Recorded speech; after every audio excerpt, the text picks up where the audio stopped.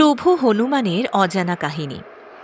রামায়ণের অন্যতম প্রধান চরিত্র হওয়া সত্ত্বেও ভগবান হনুমানকে ঘিরে এমন অনেক গল্প রয়েছে যা রামায়ণের মূল আখ্যানের বাইরে এবং অনেকের কাছেই অজানা।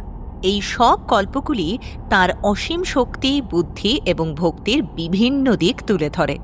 নমস্কার, আপনারা শুনছেন হিপপিক্স বাংলা পডকাস্ট এবং আমি আপনাদের হোস্ট সুস্মিতা। হনুমানের পরিবার ও বংশ পরিচয়। সাধারণভাবে হনুমানকে পবনপুত্র ও অঞ্জনার সন্তান হিসেবেই সকলে জানে, তবে তাঁর আরও পারিবারিক পরিচয় রয়েছে। 5 ভাইয়ের জ্যেষ্ঠ। অনেকেই জানেন না যে হনুমান একা ছিলেন না, তার আরও 5 জন ভাই ছিলেন। ব্রহ্মাণ্ড পুরাণ অনুসারে বানররাজ কেশরীর 6 পুত্রের মধ্যে হনুমান ছিলেন জ্যেষ্ঠ। তার বাকি ভাইদের নাম মতিমান, শ্রুতিমান, কেতুমান, গতিমান এবং ধৃতিমান। এই ভাইয়েরা সকলেই বিবাহিত ছিলেন এবং তাদের সন্তানও ছিল। হনুমানের পিতার নাম কেশরী এবং মাতার নাম অঞ্জনা। অঞ্জনা ছিলেন ভগবান শিবের এক পরম ভক্ত। প্রচলিত বিশ্বাস অনুযায়ী অঞ্জনা প্রথমে একজন অপ্সরা ছিলেন এবং এক ঋষির অভিশাপে তিনি পৃথিবীতে মানবী রূপে জন্মগ্রহণ করেন। অহিরাবণ এবং মহিরাবণ এই 2 মায়াবী রাক্ষস রাম ও লক্ষ্মণকে অপহরণ করে পাতালে নিয়ে যায়। হনুমান তাদের উদ্ধার করতে পাতালে পৌঁছন। সেখানে তিনি জানতে পারেন যে এই 2 রাক্ষসের প্রাণ 5টি ভিন্ন দিকে রাখা 5টি প্রদীপের মধ্যে রয়েছে। এই 5টি প্রদীপকে একবারে নেভাতে পারলেই তাদের মৃত্যু সম্ভব।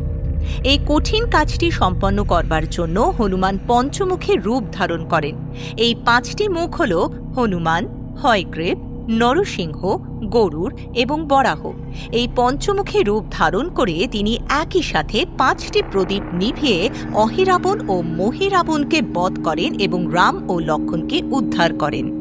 হনুমানকে আজীবন ব্রহ্মচারী হিসেবে গণ্য করা হয়, তবে তার এক পুত্রও ছিল। বিবাহের রহস্য। কিছু লোককথা অনুসারে সূর্যদেবের কাছ থেকে সমস্ত জ্ঞান লাভের পর হনুমান যখন গুরুদক্ষিণা দিতে চাইলেন, তখন সূর্যদেব তাঁর কন্যা সুবর্চলার সঙ্গে হনুমানের বিবাহের প্রস্তাব দেন, কারণ কিছু বিশেষ জ্ঞান শুধুমাত্র বিবাহিতদেরই প্রদান করা যেত। তবে এই বিবাহ ছিল আধ্যাত্মিক এবং হনুমানের ব্রহ্মচর্য অটুট ছিল। হনুমানের পুত্রের নাম ছিল মকরধ্বজ। যদিও ভগবান হনুমান ব্রহ্মচারী হিসেবে পরিচিত, তার একমাত্র পুত্র ছিল যার নাম মকরধ্বজ। লঙ্কাকাণ্ডের পর হনুমান যখন তাঁর লেজের আগুন নেভানোর জন্য সমুদ্রের জলে প্রবেশ করেন, তখন তাঁর 1 ফোঁটা ঘাম একটি মকরের মুখে পড়ে। সেই ঘাম থেকেই মকরধ্বজের জন্ম হয়। পাতাল লোকে অহিরাবণের হাত থেকে রাম ও লক্ষ্মণকে উদ্ধার করতে গিয়ে হনুমানের সঙ্গে মকরধ্বজের সাক্ষাৎ হয় এবং পরিচয় জানার পর মকরধ্বজ তাঁকে পথ ছেড়ে দেন। হনুমানের রামায়ণ সম্পর্কিত কিছু অজানা তথ্যও রয়েছে। হনুমান রচিত রামায়ণ। বাল্মীকি রামায়ণ লেখার আগেই হনুমান একটি রামায়ণ রচনা করেছিলেন বলে মনে করা হয়। তিনি হিমালয়ে গিয়ে পর্বতের গায়ে নিজের নখ দিয়ে এই রামায়ণ খোদাই করেছিলেন। পরে মহর্ষি বাল্মীকির রামায়ণের সম্মানে তিনি নিজের লেখা রামায়ণটি সমুদ্রে নিক্ষেপ করেন। রামের ব্রহ্মাস্ত্রের মুখোমুখি।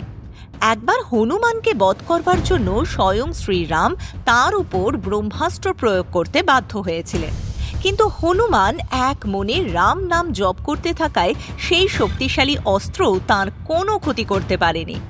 হনুমানের পুত্রের নাম ছিল মকরধ্বজ।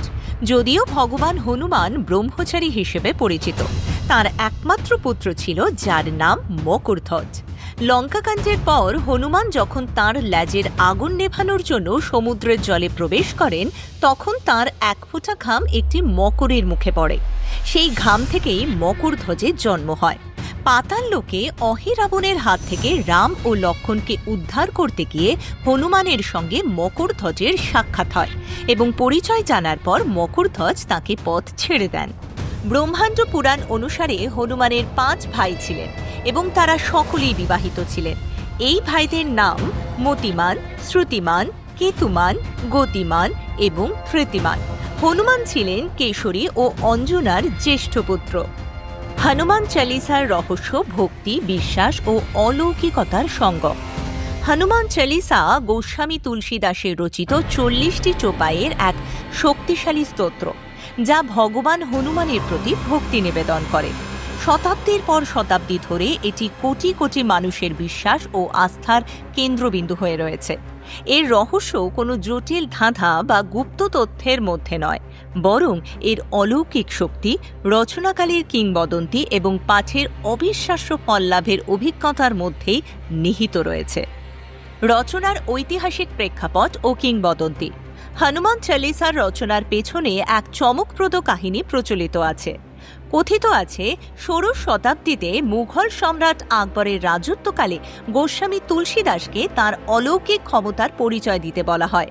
তুলসীদাস নিজেকে কেবল শ্রীরামের এক সাধারণ ভক্ত বলে পরিচয় দিলে আকবর ক্রুদ্ধ হয়ে তাঁকে কারাগারে বন্দী করেন।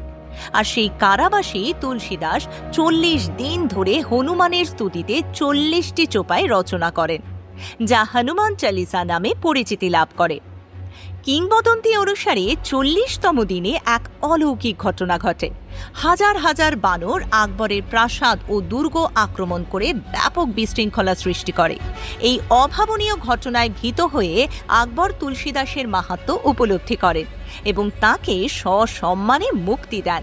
এই ঘটনায় হনুমান চালিসার দৈব শক্তিকে প্রতিষ্ঠা দেয় এবং সাধারণ মানুষের মধ্যে এর প্রতি বিশ্বাসকে আরও দৃঢ় করে। হনুমানের চিরঞ্জীবী হওয়ার রহস্য। হিন্দু ধর্মের 8 জন চিরঞ্জীবীর মধ্যে হনুমান অন্যতম।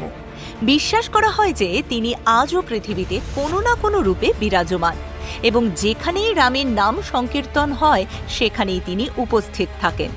সীতা তাঁকে অমরত্ব লাভের আশীর্বাদ করেছিলেন, যাতে তিনি পৃথিবীতে রামের ভক্তদের রক্ষা করতে পারেন। শৈশবে হনুমান একবার উদীয়মান সূর্যকে পাকা ফল ভেবে তাকে খাওয়ার জন্য আকাশে লাফ দেন। সেই সময় দেবরাজ ইন্দ্র তার এই কাজে ক্রুদ্ধ হয়ে বজ্র দ্বারা আঘাত করেন, যার ফলে হনুমানের চোয়াল ভেঙে যায় এবং তিনি অজ্ঞান হয়ে পড়েন। এই ঘটনার কারণে তার নাম হনুমান হয়। এই সমস্ত গল্পগুলি রামায়ণের বাইরেও ভগবান হনুমানের জীবনের বিভিন্ন অধ্যায় এবং তার মহত্বকে তুলে ধরে, যা তাঁকে হিন্দু ধর্মে এক বিশেষ স্থান দিয়েছে। আজকের মতো হিপপিক্স বাংলা পডকাস্টের এই বিশেষ পর্ব এখানেই শেষ করছি। প্রভু হনুমানের কৃপা আপনাদের সকলের উপর বর্ষিত হোক। নমস্কার।